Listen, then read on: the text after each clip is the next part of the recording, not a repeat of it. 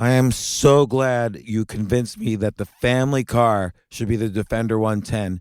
It is so beautiful inside, it's so comfortable, and it just feels indestructible. Yes, it really is. I've been waiting a long time for the new model to come out. The Defender 110, I'm telling you, it's my favorite car of all times. It's my third one. You know, I have stories of going off road. The guy managed the group. He was like, "What are you doing in this beautiful car?" I'm like, "I'm going off road." He's like, "Are you sure? Because you can use one of ours." And then they look like Mad Max cars. I'm like, "No, no, no, no, we're going to do this." And he was shocked. Wow. Well, it's great because the Defender has been reimagined for 21st century adventure, and its unparalleled off-road ability as well as its robust interior are invaluable whether you're headed towards uncharted territory or just a weekend of exploration. The Defender 110 tackles challenging surroundings with absolute confidence. The SUV conveys strength outside and in, featuring peerless technology like an intuitive driver display and an award-winning infotainment system. That's my favorite part, to keep you connected no matter where the journey takes you. Adventure is unique to everyone, and so is the Defender. Choose from the two-door Defender 90, the four-door Defender 110, or the larger Defender 130 with the ability to seat up to 8 passengers. You'll find uncompromising performance in all three. So pack up and go even further with the Defender 110. Learn more at LandRoverUSA.com/Defender. These days, we're all investors, trying to be smart with our money despite our worst impulses. But at iShares, we believe that deep down inside of every investor is a better investor. One that's just waiting to be let out. Explore iShares ETFs and insights and let your best investor out. Visit iShares.com for more information. This isn't your average business podcast, and he's not your average host. This is the James Altucher Show. Today on the James Altucher Show. Another episode of my favorites. I don't know, should I call it? I should call this, these are a few of my favorite things. Specifically now, I am working really hard to learn something, and I decided, you know what? I'm going to take my favorite learning techniques and apply them and see how much faster I can learn this thing that I'm trying to learn than I have been able to learn in the past. And so far, so good. But in this episode, I describe some of my favorite learning techniques. I'd like to do my favorite books, my favorite movies. Perhaps next week, I'll do that and what I learned from each thing.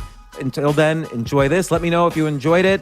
Let me know on Twitter, or it's always helpful to me if you can review the podcast. I really love it, and it bumps me up on Apple rankings, which helps me get more listeners. Enjoy, and see you soon.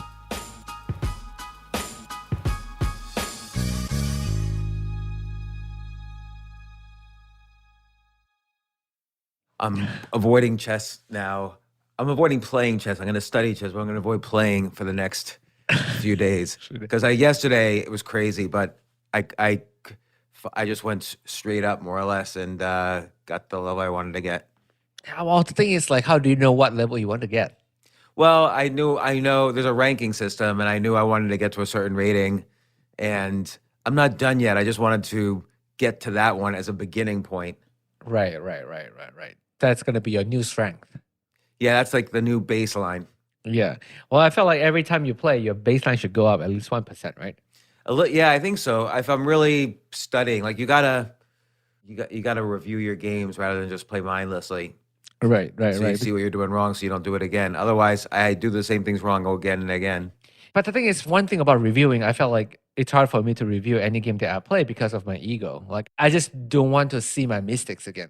Yeah, but ego is the enemy of progress, right? Because one thing I realized, it's important to kind of, when you're learning in particular, or when you're depressed potentially, it's important to keep your mindset in mind, so to speak. Like, Right. for instance, Carol Dweck wrote this book, Mindset, and she describes that there's two, and she's talking about kids learning, but this applies to adults too. There's two types of mindsets, fixed mindset and growth mindset. And we've spoken a little about this with Angela, but fixed mindset is when you think, I'm really smart, so I should do good on this test, or I'm really smart, so I should make a lot of money. And growth mindset is when you think to yourself, I did great on that test because I worked hard. I did poorly on that test because I didn't study this particular thing as hard as I could have. Next time I know I'll study hard. And so a fixed mindset is considered to be not so good because if you always think you're really smart and then you start to lose or you meet people who are better than you for some reason, you think, oh, well, that's it. It's over for me. I reached, I'm at my highest point and I can't do any better. You have a fixed mindset. And usually it's good for kids when they're young in some sense because then they have a lot of confidence and they think they're smart and everything.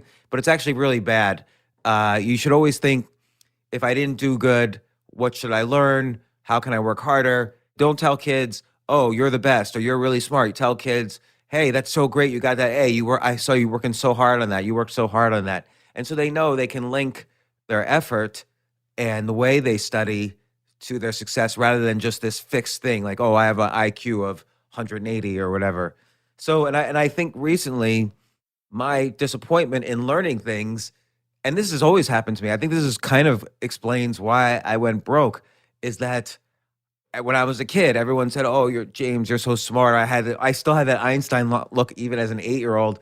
And people were like, oh, he must be smart. He must be the smartest. So every time I stumble, I don't just stumble, I crash. Like when I just failed a test in grad school, I just completely lost interest in grad school. And on comedy, sometimes when I have a bad set, which is rare, but on comedy sometimes, if I have a bad set, I think that's it. I'm going to quit. This is not fun. For many years, I quit being an entrepreneur because I thought, oh, this is not for me. I can't do this, blah, blah.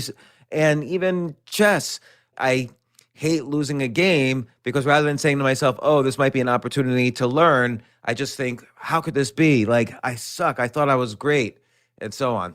Well, so I'm really curious, right? So like you were saying that like when you were younger, people said you are very smart. Is it because of your look or is it you are really that smart? I'm just curious. I think it was large part because of my look and because I don't know, I never, and I think that I think I was okay smart. I'm not like the smartest person that I've known. I went to this summer program when I was in summer before 7th, 8th, 9th grade at Duke University where it was for little kids who did well in the SATs. And so I went to that and there was like 40 or 50 kids at this campus at Duke University and it was in the summer and everybody's like taking calculus in 7th grade. These kids, not counting me, these kids were so smart. It was ridiculous. Like they were building computers in their room in their spare time and there was actually one kid who was a chess master there, and I didn't know anything. I was at the bottom of the barrel, and these kids had 1,600 on their SATs already. It was ridiculous. When do you realize you have the fixed mindset and when do you realize you have an ego? Because like if I lose a match and I don't want to look at the match because I don't want to see my mistakes, but the thing is I didn't realize it was my ego until recently, until you interview Ryan Holiday and I'm like, okay, the reason why I don't want to look at all my mistakes, maybe because of my ego, because I don't want to look at my failures again, Yeah, no, but I'm not sure why this is the case. Everybody learns more from their failures than from their successes. And when did I realize this? Probably just the other day. About being a fixed mindset. Because whenever you read a book like that, you think to yourself, well, I clearly have a growth mindset. I'm the better category. But I realized, why am I getting so disappointed? Like, so I've been trying to, I don't know what it is. We watched the Queen's Gambit and I fell back in love with chess. And it's not like I just wanted to play. I haven't played in tournaments in 23 years. So I wanted to get back to my old strength or even better. And I wanted to learn something new about this game that I've been playing for so long. Plus, 62 million people watched the Queen's Gambit. On all the chess servers, I could see the interest has tripled. So I figured, okay, this is interesting. All my friends are playing again. And so I started playing again online, and I was playing this brand new style that I've never played before, and I was losing. And I'm like, what the heck is happening? Like, I should be beating this guy. This guy is a nothing. And were you depressed? Yeah, I was. I don't say depressed, but I think I was like feeling like, oh, maybe I'm not so good, or maybe I was, maybe I'm never going to be as good as I used to be, and I realized, oh, I'm getting so upset when I lose and I'm not going over the games because I have a fixed mindset. Like I think I should be a grandmaster or whatever, but I'm just not. Like, and so I have to learn. I have to do everything you're supposed to do to learn. Yeah, but that's very important to realize you have the mindset, right? Because like I said, like before that, like when you read the book, you sort of have the bias, like, okay, I'm not this, I have the growth mindset, like Yeah. so I feel like it's very, very important to recognize you have that ego and you have that fixed mindset. But like one of the most important things in learning is also how to recognize you have that fixed mindset. How to like just not sit in there and like, okay, maybe other people are just better than me. You know what I mean? There's almost like a meta mindset to be able to look at your mindset. Yeah. You have to say to yourself, I don't know everything. And by the way, that's hard to do. Look at all the people on Twitter and Facebook who they're like, well, I don't know everything, but I do know blah, blah, blah is the right way to do things, or blah, blah, blah is the wrong way to do things. Like these people have these mindless arguments without facts, just opinion, and just like, I'm not going to take a blah, blah, blah. And, I think it's hard. And I had to realize, I don't know what happened. I was getting so frustrated with myself, and yet losing is normal, particularly when you're learning new strategies and stuff. It's like when you learn tennis and you've been playing tennis one way your whole life, and then you finally get a tennis lesson and they say, no, you're holding the tennis racket all wrong. You switch your grip and now you start losing every game. Even though it's the right way to play, you have to get used to it. It's almost like you're playing a new game with a new grip, even though you could say, oh, it's tennis like before and I've got a better grip now. Why am I not playing better? It's because when you play differently, it's almost as if you're playing just a new game that you have to get better at. But I think it's just really important to have the meta mindset of being able to say to yourself, not only do I not know everything, I probably don't know anything. Like all my opinions are probably wrong. Like, we've talked about it before. You have to invert all your arguments. So if you say, well, I'm the best ever. Well, a typical inversion of an argument. And by the way, the term invert comes from Charlie Munger, who's Warren Buffett's number 2. And, other people call it steel manning your argument. And the point is, you should be able to argue the other side's point just as good, if not better than them. So, and this technique really works. Like, if people argue with me not so well, I'm able to stop them and say, listen, if you really want to argue with me about, I don't know, whatever we're arguing about, like international peace treaties or whatever. And if you really want to argue with me about this, why don't you make this point, this point, this point? Because I'm not quite sure I know the answers to this. And then you could have a real discussion instead of just like your opinion versus their opinion. And, I think with mindset, the reason I bring this up, this inversion technique, is I keep saying to myself when I'm losing, like, this shouldn't happen. I'm better than this guy. Well, now how about I invert that argument? Like, why is this happening? Like, okay, maybe I'm learning new strategies. Maybe I haven't taken a lesson in 23 years until now. Maybe I haven't really been playing. So, all these people playing now have all these new techniques to learn with the computer and everything. So I invert my argument and I see, oh, then I probably think I'm just fixed at my ability relative to everyone else. Maybe I need to grow. And consequently, I'm probably getting upset or angry or sad or frustrated because I have a fixed mindset versus a growth mindset. Right. I felt like this, I felt like you also apply your principle in learning too. This is, you constantly ask, who are you, why are you, and why now? Isn't that one of your principle, right? Like you always... Yeah, there's actually a couple techniques. So maybe this is my favorite learning techniques. So let's say in chess, who are you? As I'm someone who had a little bit of talent, and then I took a lot of lessons, and I worked really hard. And there was a one period where I worked super hard for about 6 months, and I got to a good level. But also, I have and I'm talking about chess specifically, but it applies to writing, applies to podcasting, applies to investing and entrepreneurship. This happened to me with entrepreneurship as well. So who are you? Also, is I'm someone who's continued playing, and I'm proud of it. But I've gotten a new interest in it, and I'm no longer as good as I once was for many reasons. One is I haven't practiced. The other is I haven't kept up with the latest theory. In every field, like take tennis as an example. If you pick up Arthur Ashe from, I don't know, 1970 and have him play against Pete Sampras or whatever, they're both were number one in the world, but Pete Sampras would destroy Arthur Ashe because coaching techniques have changed in the past 50 years. Even though Arthur Ashe was number one, you're not comparing apples to apples. It's the same thing in everything. In every, the best guitar players now are probably technically better than the best guitar players in 1970 Right. because coaching techniques have changed, learning techniques have changed. And it's the same thing is true for investing, for entrepreneurship. There wasn't really a sense of value investing in 1900. People invested in a different way. And now with Warren Buffett, value investing has become a lot of people have really studied it and refined it and, made it very interesting. But that's who I am, is I'm someone who's really interested, but I've got to understand both the goods and the bads. Like, it's not who am I? I'm a chess this or the best writer ever or whatever. It's like, here's what specifically I learned, how I learned it, what's probably, you have to take an honest assessment of yourself.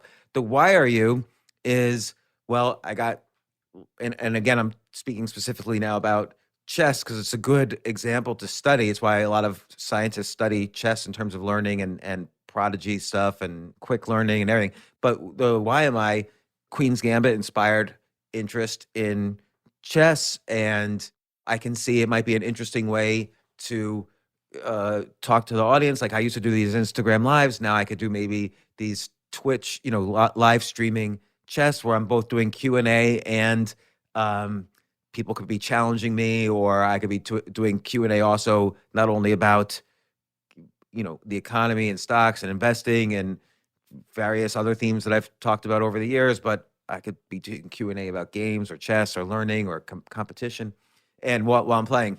Yeah, because like this, I felt like playing chess also, you can also learn a lot of life lessons from chess, right? Oh yeah, absolutely. And there's metaphors all the time. Like there's sayings in chess all the time. Like for instance, here's a big saying, the threat is stronger than the execution.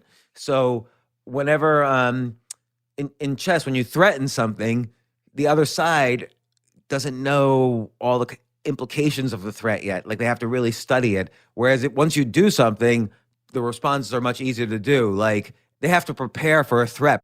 So the more things you threaten, the more tension there is in the board. Just like Microsoft always used to announce, and then next year we have this new amazing product coming out, and people would call it vaporware, but they were threatening basically their competitors that you better not start working on this because we're going to start working on it. So even if they don't do what they say, yeah, Microsoft used to be well known for that. Now other companies do it. Like the threat is stronger than the execution. When 50 years ago or 100 years ago, when a parent wanted to dissuade a child from doing something, they would say, you better not do this or you're going to get, spanked or whatever. So it wasn't the spanking that was the disaster. It was the threat of the spanking that would dissuade the kid. Now that doesn't happen. That doesn't happen anymore, but Yes, happened 2021. It's people will call you child abuse or whatever. you go to jail. Yeah. But no one should ever do that anyway. It was a bad idea when it happened to me when I was a kid. In any case, so then there's the why now? Well, right now, chess in this case has soared in popularity, and I have a good story with it where I'm trying to reclaim my former ability, which is very hard and it's very rare for an older person to do. Well, this is my questions, right? So like, let's say, because right now you're learning so many new thing, as in like new strategy in chess. Like, do you really want to go back to your old strength, or do you rather to go back to your old strength, or do you rather cultivate new techniques and get new strength? Well, that's an interesting question because it turns out this entirely new set of openings that I'm playing. So I threw out everything I used to play in chess because I just wasn't really getting good positions anymore with it, and I suspect that people learned all the correct responses, over the past 30 years since I last, or 23 years since I last played in a tournament. So I've been following this one guy and taking lessons from him, and he's a big YouTube chess streamer or Twitch chess streamer, and he has this very aggressive style of openings, and I've been learning them, playing them, memorizing them, studying them, asking him questions about them. And I have new theories about how to get better very quickly at chess and how to build intuition. So I'm doing a completely different study program than I ever did before. And it makes sense that I would have trouble. It's a completely different style even Right. than I used to play. It's very open, very attacking. There's things happening all over the place. It's like fireworks going off instead of a smooth, growing symphony or whatever. It's more like fireworks rather than a love song. Right. I'm just curious. Like, will you be able to, like, can you share the theory that you have, like how to get quick in chess? I mean, like get Quick better at chess. intuition. Yeah, because Yeah. the intuition is like for me. Like I think we talked about this before. I don't know if it's on the podcast or we just casually talk about it. It's because intuition and instinct are two very different things, right? No, I don't think they totally are. I think, well, yes, technically, instinct is biological. Intuition Right. is you vaguely you see something and you feel like, something seems off. Like, let's say, you're walking home and you realize one of the lights is on in the back of your house. Your intuition might say to you, I don't remember ever. Normally, I turn off all the lights. Something must be off, and so you have an intuition rather than even if you don't know anything. And computers have a weird sort of intuition because they search trillions or billions of moves. And so they're able to kind of come up with the correct variation in chess and other things because they search so deeply and so quickly. But humans can't do that. So we still search a tree. And by a tree, I mean, I have a bunch of possible moves. My opponent has a bunch of possible moves to every move. Then I have a bunch of moves to every move of those. And so it builds this thicker and thicker tree. But we search that tree by using intuition. So we don't need to analyze the worst moves because our intuition tells us and our intuition is built from experience, these are obviously the worst. But with chess, I've been kind of thinking of, and this applies to other areas you want to learn as well. I have one way of building intuition, which is I have a set of puzzles. Like there might be a chess position and it says white to move and win. And so I have to figure out, well, what's the correct move? And these are sometimes easy and sometimes very difficult. They range in ability, and they usually come from famous games. So I'll take a set of 1,000 puzzles, and I saw somebody write about this, but I basically go through the 1,000 puzzles, and let's say it took me 4 weeks. Now I'm going to try to go through the exact same puzzles in 2 weeks, then the exact same puzzles in 1 week until I get it down to 1 day, and then I'll do it a different set of puzzles. Now, why the same set and why not new ones is because to really quickly learn to recognize, you're not going to immediately remember all 1,000, right? It's a lot of puzzles, but I'll start to recognize not that I've seen this position before, but I've seen this theme before. I've seen this idea before. Like when these pieces are unprotected and these pieces are over here and the king is under attack, I need to look for this kind of move because I've seen it a couple times before in this exercise, and that starts to build intuition. Right. So you're basically just building a library of chess move in yourself so that you can look for the variations that might happen after that. And the key is doing the same set over and over again. Before you memorize all the positions, and then this exercise is different, what you're really going to memorize is the themes. And themes are the important thing to recognize when it's not a puzzle, but a real life game. And so if I kept doing different puzzles, I might not memorize the themes as well, particularly since in the beginning, you're just trying to solve the problems, but in the end, you're going for speed. So you have to solve 1,000 problems in a day. See, I mean, okay, so this is a weird question. It's going to be very weird. I wonder if we can apply this to human. Like, I wonder if you can apply this to negotiations in terms of like, okay, this is the negotiations during hiring or negotiates for anything like business deal or whatever. Absolutely. You might not have like 1,000 sets. Although, by the way, here's an interesting book idea: is create 100 or 150 negotiating situations and ask the reader to think for a while about what you would do here. So let's say you're negotiating for a salary increase with the boss, and the boss says, well, tell me why I should give you a promotion or a raise. And so that's the first question. What would you do here? And then the next page is discussion of all the correct and incorrect given what we know and given, our own experiences, the experiences of others, scientific research, and so on. Discuss the possible things that could be said. There's no right and wrong answer, but you could have a discussion. And then the next question is, the boss could say, well, yeah, it seems right, but we're in a hiring freeze right now, and so we can't give any raises. So how would you respond to that? And the discussion. And then there might be in the next situation is, your wife wants to move to California and you want to move to New York. And how do you discuss this? And the only correct answer is just do what your wife wants. But, Right. that might be a good book. But yeah, I think more importantly with negotiating is debriefing. So after a negotiation, go over almost second by second with other people what happened and what possibilities there could have been and what you could have done better. Go over with experienced people. This is why you're in part, the reason why you're the average of the 5 people around you is because those are the people you discuss high stakes situations with, and you want the best possible people to give you feedback.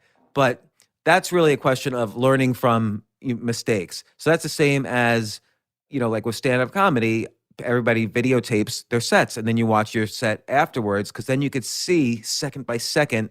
When you're on stage, your adrenaline's going, you're in a different state of mind. But afterwards, you could see, oh, that wasn't as funny as I thought it was. Oh, or I thought more people were laughing then. Or, oh, you know what? Maybe I could have done that voice a little bit more extreme if I was making up a voice or whatever. And you could that's when you kind of take a game in chess and analyze every move. First, you analyze it yourself, then you analyze it with a computer, then you try to study the improvements and the opening a little more. That's a little different. Right. Learning intuition in the way I described might be good with, learning a musical instrument. So you play the same song over and over again, and first you play it really slow and heavy and whatever, and then you just get faster and faster. But you only move on when you really master it, slowly. Or calculus. Don't just do 1,000 problems, do it again and again and again in the same exact way, or chemistry problems or physics problems, because that's how you build the intuition. And yes, it's always good to do newer problems, but intuition is the goal, not just solving problems. And the intuition you build by doing the same thing over and over and over and learning each time. And you're learning each time if you're getting faster. So you really force yourself to memorize the themes because you're never going to memorize 1,000 positions or 1,000 calculus problems.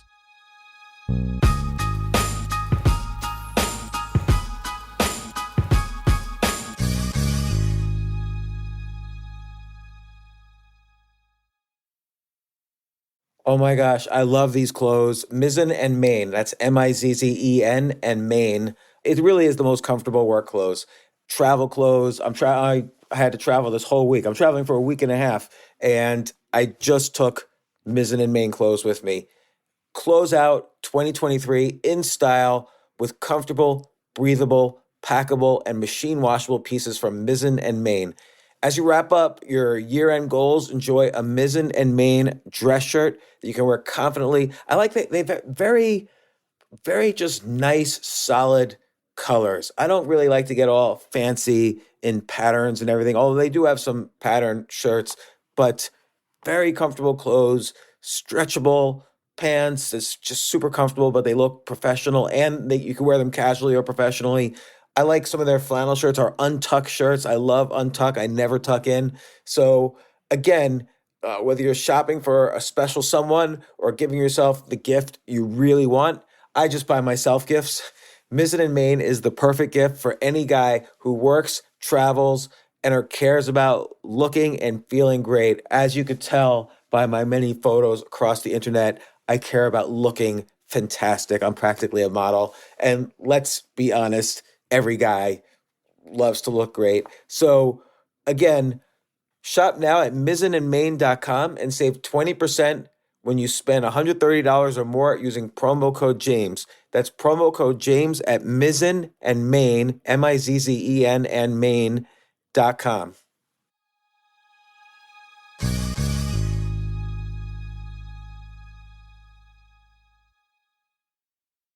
You know what I love about fantasy sports is that even though I'm not going to be a great basketball player or a baseball player or a football player or whatever, I feel like I get to participate and make decisions and use my knowledge of these different leagues or these different sports to compete.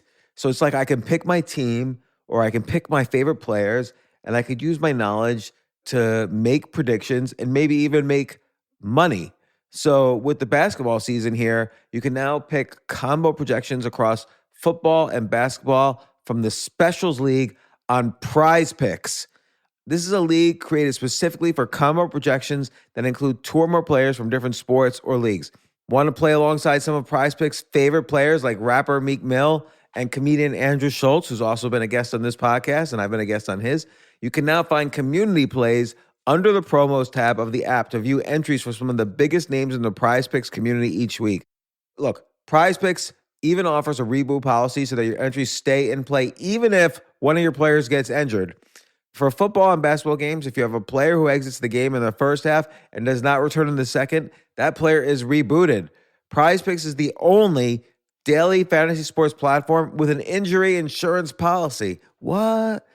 So I love playing it. I love anywhere where I can use analytical ability with my interests to demonstrate some skill and maybe make some money. And I like the game-like aspect. I do wish they had chess as a category on prizepicks.com, but I'll settle for what they've got. Maybe I should make my own fantasy chess league. But in any case, I love Prize Picks. Go to prizepicks.com/James. Use code James for a first deposit match up to $100. That's the easiest $100 you're ever going to make. So that's prizepicks.com/James and use code James. Daily fantasy sports made easy.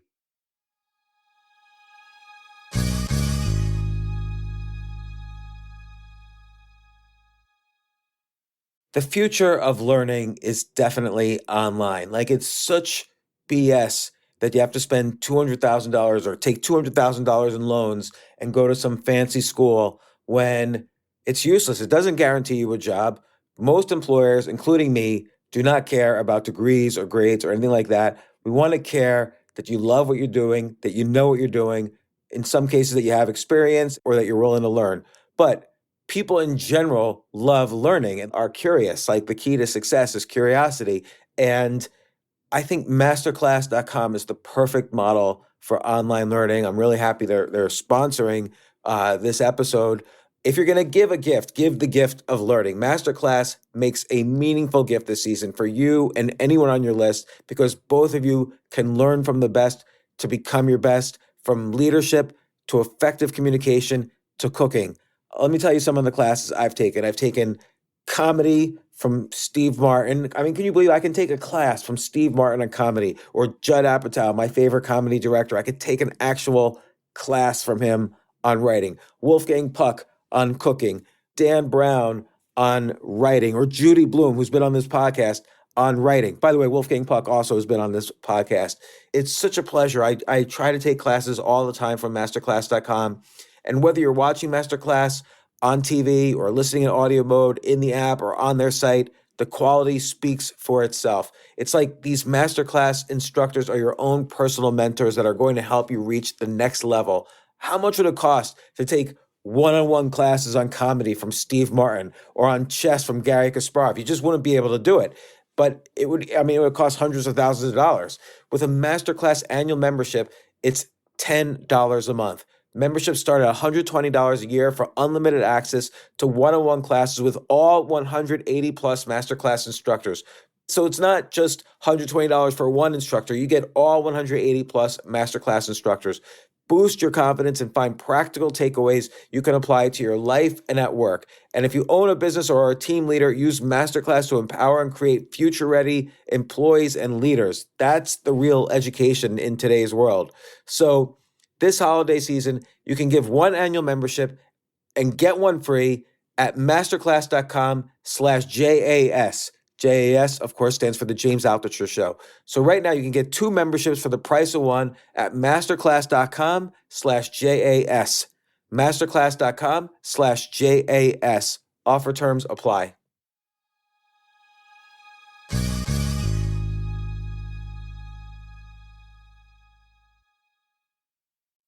Do you ever use instinct when you're playing chess? Intuition, yeah. Right now, you're just using purely intuitions. Yeah, but that's why people were able to play blitz chess. So how does anybody play 1 minute chess? And sometimes, 1 minute chess games are just as good and valuable as 60-minute chess games. But how you can't calculate any moves you have to do basically a move a second. So how are you going to calculate moves in 1 second? It's very hard. So intuition, games that are like 1 minute long are very much intuition based. Like, oh, here's what this position is from the Sicilian Dragon opening and the King's Week. And so typically Bishop C4 is played here. Boom, you play it. So other than intuitions, what other things that you I mean, this is curious because like you have lived on the planet for so long, right? So like I'm sure you've been through a lot of different. You calling me an old different- man? I mean, I don't know, like as long as you are young in heart, Yeah, you're a young person. But I'm just curious, like I'm sure you have like been through like a couple thousand of learning method. Like I'm just curious, like if there's any learning method that you consistently do that you wouldn't ever change, or some new learning techniques that you have figured out recently. Yeah. So, for instance, this intuition one, where if you can repeat something a lot and then repeat it again and then repeat it again and then repeat it again as fast as possible, that's a good way to build intuition. If you can't have that experience, then reading a lot of books, then rereading them and having a lot of discussion about negotiations that you and your friends have been in and going over them. Those are good ways to build intuition too. Again, you want to be able to recognize future patterns. Or investing. Like when I first started investing, I would make a typical mistake. Like something would look like, oh, this is trading so low, the real estate they own is worth more than you could just liquidate the company and sell all the real estate and make money. And I might think that way, but then I might miss some weird cues like, oh, why did the CEO sell these shares on this day? Or why did they miss their earnings report? You start to see things over and over again that, oh, this is a bad sign. There's a reason why this was trading so cheap. And you learn a lot about yourself through investing and fixed mindset versus growth mindset. But okay, so this intuition technique is a new one for me and is very important and is useful in a lot of different areas. And again, I'll just repeat it real quickly. Take a big set of complicated problems or situations, solve them, and then solve them again in half the time, solve them again in half the time, and so on. And that's how you build very fast and very powerful intuition. And I can see it's working. At first, it was making me think slower.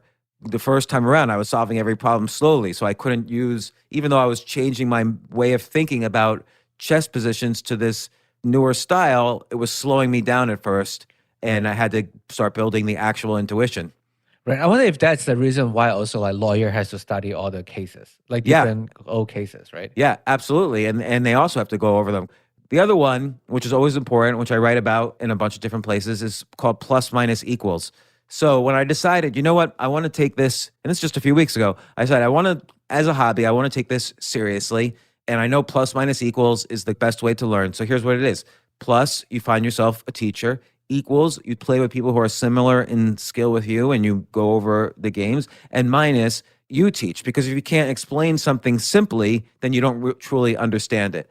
So plus, I actually got as a coach this international master, Eric Rosen, who does all these YouTube videos about the openings I'm now interested in playing. And so it's been great. I've been taking lots of notes because he'll tell me basic things even about chess that I didn't know or I haven't thought about in decades, like just almost obvious stuff. And I write it all down because I don't necessarily know them. See, I'm just curious, like what is it different between you and him that like he thought of that and you never thought about it before and you've been playing for so long? Well, because I've just been playing and not learning. And I probably was in a phase of learning chess, maybe in total, if I add up all the different times I was taking actual lessons from a coach, I would say it's a 2 to 3 year period over the past 30 years. Only 2 to 3 years? Wow. Yeah. The rest of the time I was just playing and like mindlessly online. Like you've seen me play these 1 minute games online. It's just mindless. And this guy plays a lot, but he spent many, many years learning. And so now, again, having a plus, and he had coaches, but having a coach allows you to kind of shortcut a lot because you learn what the coach has learned. And and then equals, that's when I play, but I always have to make sure I analyze the games afterwards. So I'm trying to be really disciplined, and I'm not always successful, but I'm trying to be disciplined about analyzing and memorizing, even taking notes on the games afterwards. And then minus, I called up a person who I used to give lessons to in the 90s, the Merrick, who's been on the podcast a bunch of times, and he was the professor who threw me out of grad school.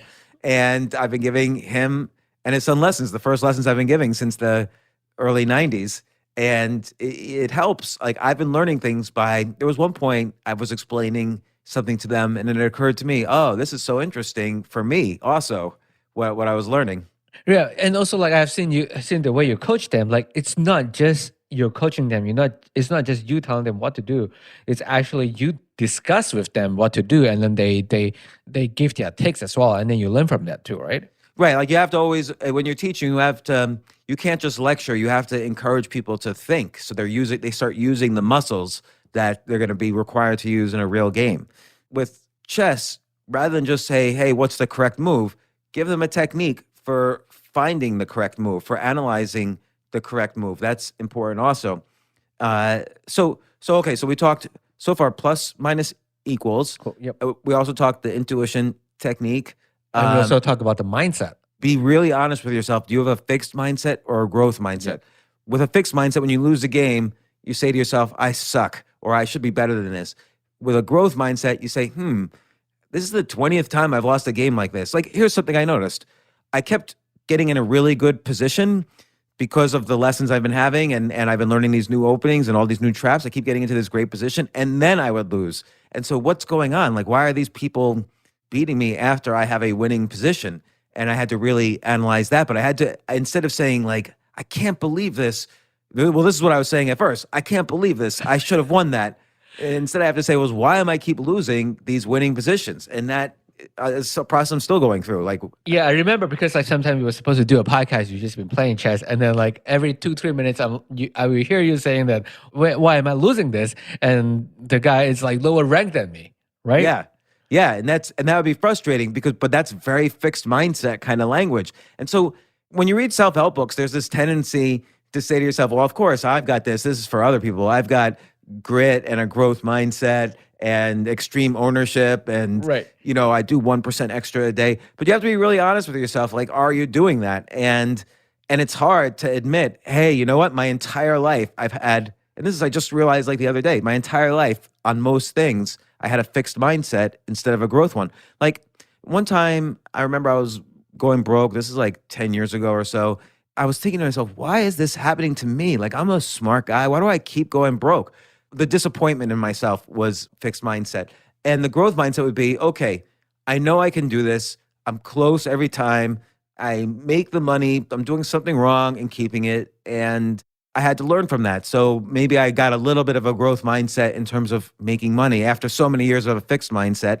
And now the same thing's happening in chess or in comedy. You have to always be growing and not assume you're the best in the world. Even writing, I always have to, sometimes I look back at my old writing that I remember thinking, this is the best thing anybody's ever written ever. And I realize, oh my God, this stinks. And I have to keep getting better. So you were talking about books, right? You're talking about like, all the self-help book and read this, read that. There's one question that I always wanted to ask. Sometimes when you read something and then you would just think like something, like you would just copy their mindset or copy their philosophy or copy their... Yeah. How can you read something and not be a copy of that person? You know what I mean? Yes. So for instance, a classic example is someone reads Ernest Hemingway and then they start writing and they're writing very simple sentences, a lot of one-syllable words. They kind of have like a semi-Hemingway style. Right. That's or let's say comedy. Like let's say I watch Chris Rock right before I go on stage. I might have in my head a little bit of Chris Rock. We're always mimics. We have these mirror neurons, which we look at something and we kind of take up those characteristics that we were looking at. Like if you watch someone climb a ladder, even if you've never climbed a ladder, now you can with the mirror neurons triggering. So to answer your question, I don't think it's a bad thing to emulate other people who are very successful at what you want to do. Keep doing that. Study the people who are much, much better than you, like significantly better than you, and try to copy them. Actually, try to plagiarize their styles. Ultimately, then you get good enough and you know enough styles and you've analyzed enough people, then you'll be able to start coming up with your own ideas and your own style, and you'll figure out which styles you're comfortable with, which aren't, and you start leaning into it. And as you develop the language of the skill you're developing, you will be able to speak that language in your own voice. So Bobby Fischer is one of the most famous chess players ever, the first American world champion. And he was known for just disappearing, studying games for years and then coming up with improvements and having his own unique way of playing chess that nobody else played like. And that's how he became great. And the same thing with writing. Like the best writers have very unique styles. The best musicians, no one sounds like Led Zeppelin. No one sounds like Pink Floyd. No one sounds like the Rolling Stones or U2. They all have their own unique styles. Right. Well, yeah. So that is, I would say like that's on the physical performance stuff, right? What about like ideas and mindset? Like, like if you read like Scott Galloway or you read Ryan Holiday or Yuval Harari, right? So how do you read all of them and not just copy their mindset or their, what I call it, the ideology? Like, yeah, I think it's very hard. Like a lot of people, myself included many times, often believe the last person they talk to or the last person they read or the last thing they listen to. So I think that's very hard. I think part of it is, consume appropriately. Like if you consume the junk food content, you'll feel like you've consumed junk food content. Right. But I think it's not such a bad thing, particularly if you don't know anything. And if you read a book about communism, you might start to be interested in Marxism. But you study many, many things. Study the opposite of things that you studied. Like, again, I'll use chess as an example. In chess right now, I'm studying almost the completely opposite style of what I used to do for 30 years. So it's interesting. You start to have your own unique voice when you fully, holistically understand the skill set you're trying to understand. So in comedy, they say you're not a real comedian until you kind of find your true voice on stage. And you could see when like Louis C.K. in the OOs, he was already a great comedian. He was this very absurdist, funny comedian. But when he started talking about his personal life, he went, that's what tipped him over and he became huge. So he started to develop his own unique style that other people now started to emulate. And seeing those tipping points and studying them and then doing them, I don't think that's a bad thing.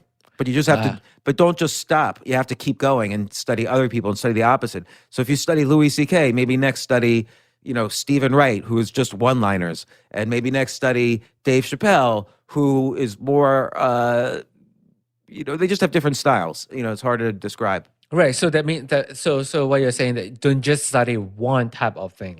So, because, well, the other reason I brought this up is that also like right now in media, it's just people just believe one side rather than listen to the other side. You know what I mean? So they only have one ideology, most people. Like sometimes they are pretty extreme. Yeah. And so I think it's really important. Like, let's say, all you do is watch MSNBC or all you do is watch Fox, you might be in an echo chamber. So it's really important to ask yourself, well, if I were to like Trump or if I were to like Biden, here's what I would like. And you have to be able to answer those questions instead of being criticized for it. Like I remember when, people tried to look at a balanced view of the candidates, and sometimes they would get torn apart or insulted because, hey, you can't do that. You can't.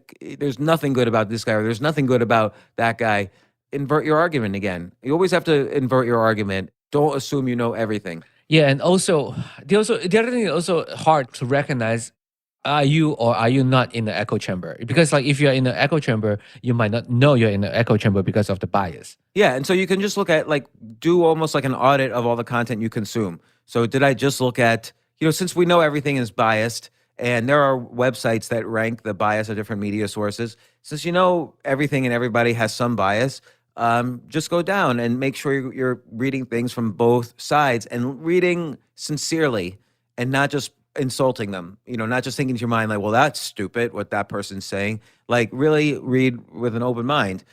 That's actually pretty interesting because you can actually, you can actually apply that to what you learn too. Like, like when let's say if you're learning chess, you can also like look through all the lessons or all the books that you've been reading. Do you just read one type of learning? No, and I think that was my mistake, was that I only learned one style of play instead of learning a more full circle style of play. And so that's what I'm going through now. But the other thing to do is in chess, when you think you should have won, one exercise is to try winning for the other side, even when you win, analyze the game and try winning for the other side. Like Right, almost right, play the right, game right. with a friend or a computer and try winning for the other side against your amazing moves that you made. Interesting. Well, so that means you're trying to beat Yeah. yourself, right? It's almost like you're inverting the argument. Like, Right, right, right, like right. so in a negotiation, instead of just thinking, man, I negotiated for that raise, so great, ask yourself, okay, if I was my boss, what would I have done? Now it's not, it might be you realize, oh, he wanted me to fight for it a little, but he ultimately wanted to give me a raise. He just wanted me to justify it so he could justify it to his boss. Or so you start to think of what's the other person's agenda. When you look at both sides, you learn double than just learning single about the same situation. That's actually really interesting because I never like every time I play any games, any type of games, I never thought about playing against myself. Because if you play against yourself, you can also figure out your weaknesses. Yeah, I mean, one thing to do when writing or even analyzing a good movie or a good writing is ask yourself, what does each character want? So at Right. any given point, a character is either a cartoonish character, who is poorly written, or the character wants something important and is taking actions to get the thing he or she wants. And so it's the same thing. You can imagine almost like you're playing against your own characters. Like you're writing a story, have them push back. What do they want? So even when writing a nonfiction article, you have to kind of assume the reader has a bunch of arguments. If you're giving an opinion and you're trying to prove it, you have to assume here's what the reader's arguments are going to be. You can't ignore them. You have to answer the objections up front. All right, okay. This is a very funny questions. Have you like so I assume you always debate yourself, right? Do you always debate yourself or at least most of the time? I try to, but I don't know if I succeed in doing it. Yeah, see, that's a question. Is like, will you like have you ever have a time that like you try to debate yourself? You have one ideology and then you debate yourself, and all of a sudden you just like, oh, I think the other side is the right one, and then you just switch your argument. Yeah, that's happened to me all the time. Really? Yeah. Do you feel good, or do you just like, ah, man, I should just let that go, or something like that? Because like it also all comes down to ego too. Yeah, it's not so much that I will completely disagree with my old style thinking, is that I would be able to say to myself, okay, I can see the other side. I mean, if it's something that has to do with facts and I'm just wrong, then I'm wrong. Yeah. But if it's something that's like that's opinion, like for instance, climate change. Some people think there's no man-made climate change, and other people think there is man-made climate change. And some people think we have 100 years before we have to worry about it, and some people think we have 3 years before we have to, or it's too late and we can't worry about it. So if I think one way, I should really try to say to myself, okay, well, I can understand why people think the other way, instead of just assuming they're stupid. Or which is Right. how usually these arguments are, just like people discuss things 2 or 3 times back and forth, and then one person says, well, you're just an idiot, and that's the end of it. It's useful to think, particularly on these things we don't really know. There's no way to really prove 100% the answers. Certain questions about ethics are gray areas. Certain questions about, I always write articles on you should never buy a house. Well, Right. could it be the case that in some situations I'm wrong? And yeah, in some situations I'm wrong. And I have to, and I'm glad I'm not blindly trying to defend. I state a point. Even New York City is dead. I state a point and make an argument, but I have to hear the other side, and I have to invert my argument. I have to challenge myself and say, well, what would it take for me to be wrong about this? And I have to answer those questions, and that's an important exercise when learning. Yeah, it's kind of crazy because like it's so hard to like admit to yourself you're wrong because of the ego. Yeah. Let's go back to the ego thing. Like it's because but the thing is like with you, I have seen a couple of times you actually that you admitted like, okay, yeah, I could be wrong, and then you're like, okay, yeah, you're right. I saw that happen before. Well, yeah. For instance, this is a very political one. When I was talking to Andrew Yang on the podcast, Right. I had questions which I had written about why I thought he was wrong. In his book, The War Against Normal, he makes the argument for universal basic income. And I had some questions for him, which I wrote in an article, and I was able to finally ask him on the podcast. And he had very reasonable responses, of course, because he's thought about all these things more than I have. And I learned from it rather than just saying, well, we'll see, we agree to disagree, I guess. Like, I hate when someone says that to me. We agree to disagree, as if like, I'm an idiot and you're Right. just going to disagree, and I'm just going to disagree no matter what. I feel like that's just a fancy way of calling other people idiot. Yeah, exactly. So, like, with all due respect, Yeah, or all something due like that. respect, it's almost like, well, I not to be offensive, like that when they say that, they're always gonna be they're always gonna be offending you. Well, Yeah. so to summarize this, a good way to learn, first of all, you have to recognize your mindset. Yeah, you have to have a meta mindset, which Right. is to recognize if you have a fixed or growth mindset. And it's always useful. Ultimately, a growth mindset boils down to, I guess, three things. There's no should. Like, it's not like you should be good or should be bad. Right. There's, only did you work hard and did you work correctly? Not only did you just play a lot or read a lot, but did you think about it, take notes, study, in some organized, structured way. And when you lose, don't be disappointed. Here's an opportunity to analyze your game and learn. So that's the growth mindset. So it's important to have that. Then I talked about developing intuition through Right. repetition and then repeating. So doing lots of some simple thing and then repeating it to build the categories. The third is the plus, minus, equal. So have a coach, have equals that you play, have minus. So because that's someone when you teach, so if you can't learn something unless you can explain it simply, and always keep a notebook of what you've learned through all these things. Then we talked about emulating people who are better than you, and I think this Right. is very powerful. I actually write about this and skip the line a little bit, but coming out February 23rd. But also Todd Herman discusses this. Remember his book on being a hero is like you emulate the heroes, and he says every athlete does this, where they Right. kind of picture who they want to emulate. Yep.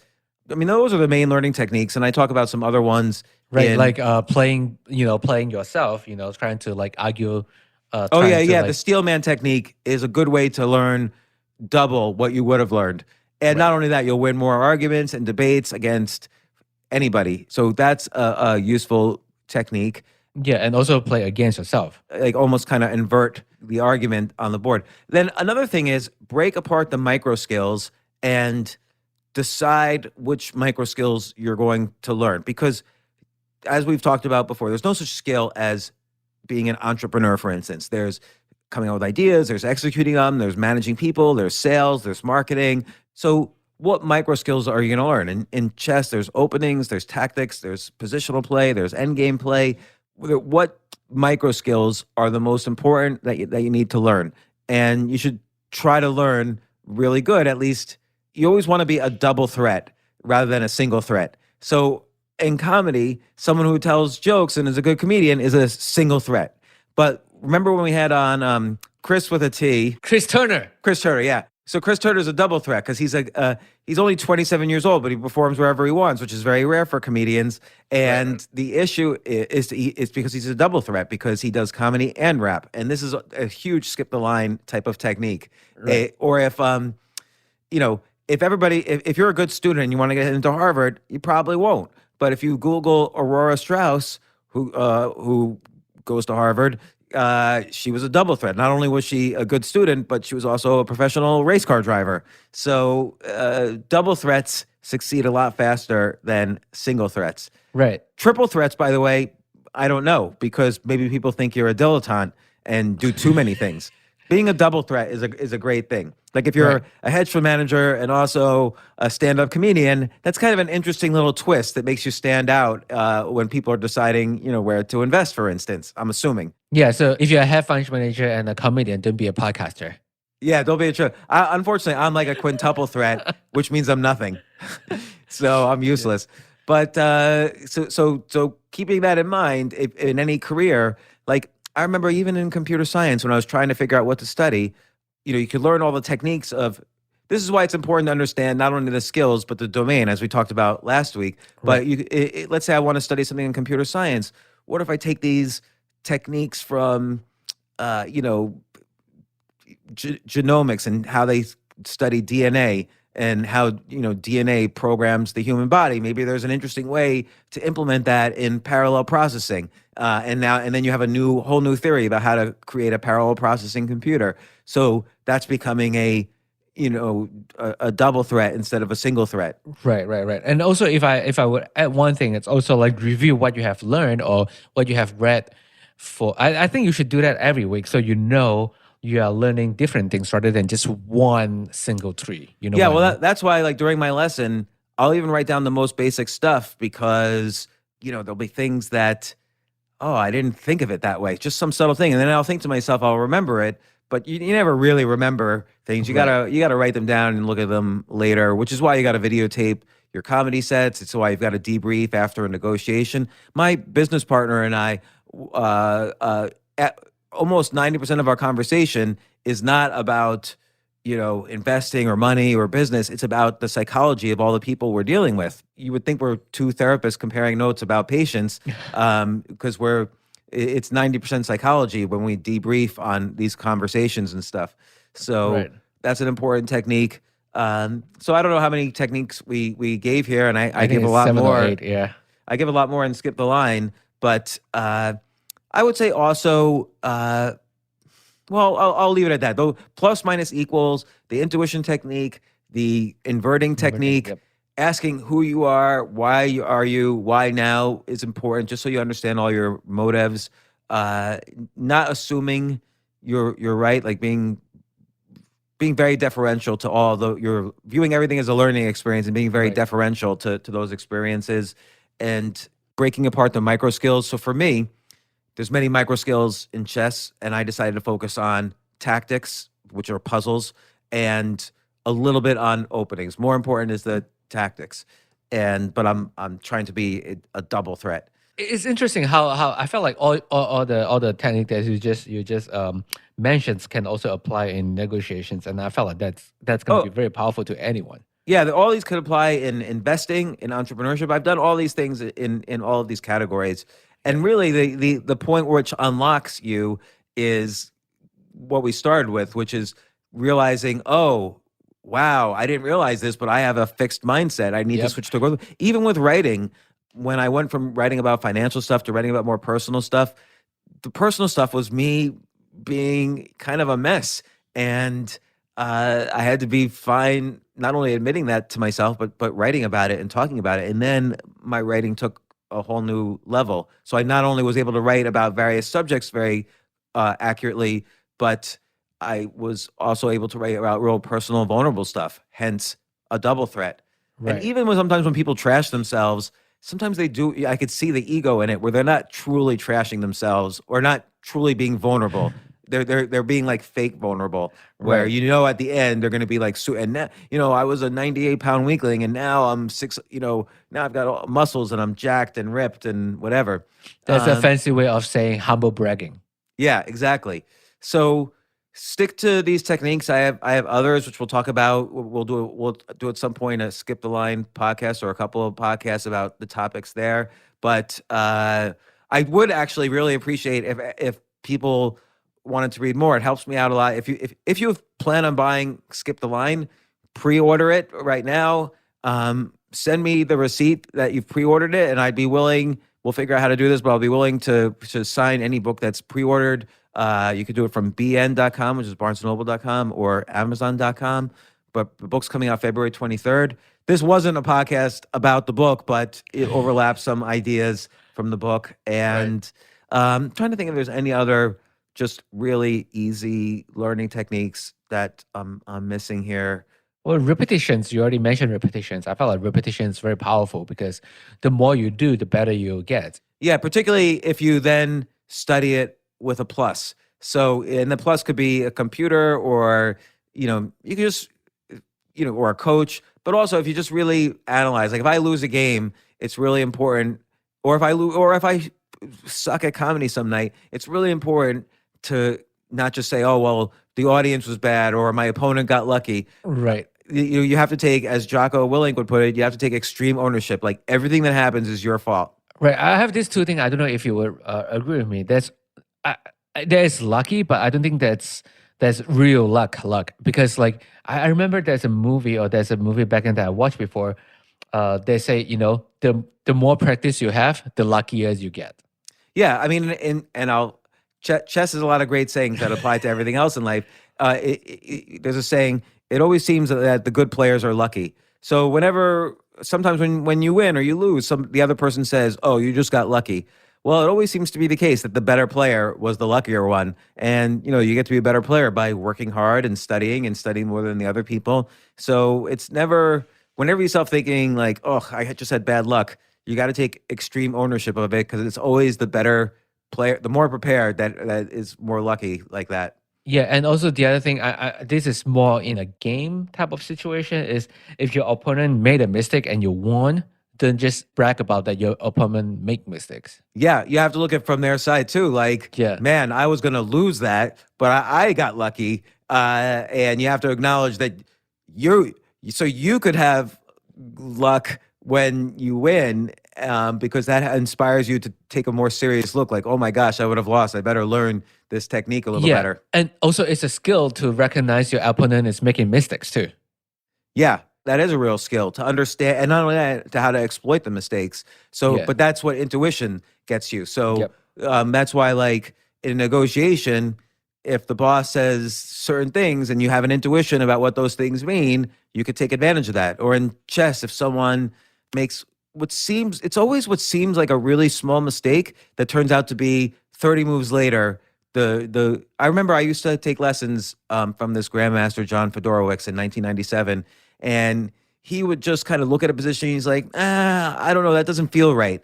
And then it'll turn out, he won't be able to explain why though. And it'll turn out 20 moves later that that's the entire reason I lost, was that one little move. And that's why it's good going all over those problems, because you realize, oh, it's not that these just problems randomly happen, these chess puzzles randomly happen, is that the opponent made some weakness 20 moves earlier, and you start to get intuition about recognizing when those weaknesses happen, so that later you can build up your position so that you finally have the chance to exploit them.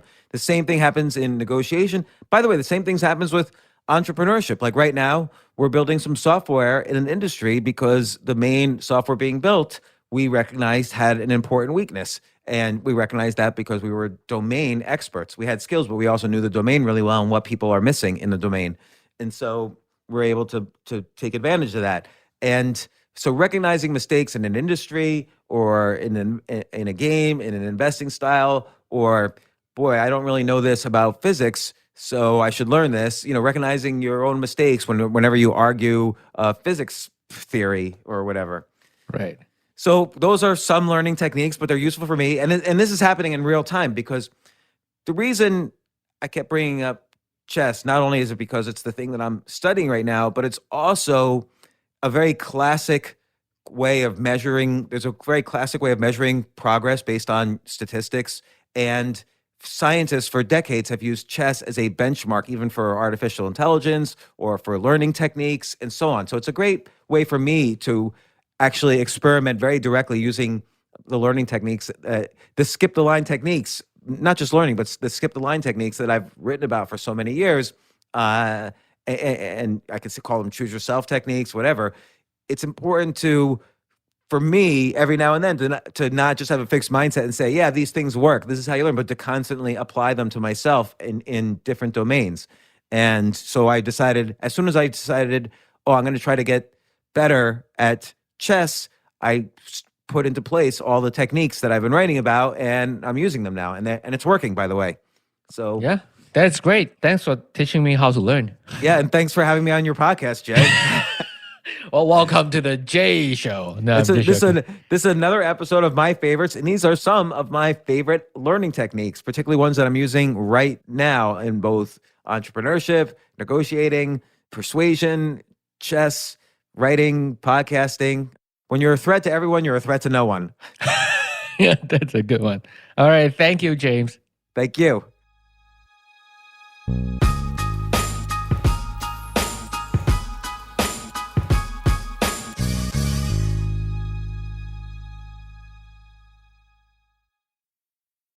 Entresto, sacubitril valsartan tablets, is the #1 heart failure brand prescribed by cardiologists and has helped over 1 million people with heart failure.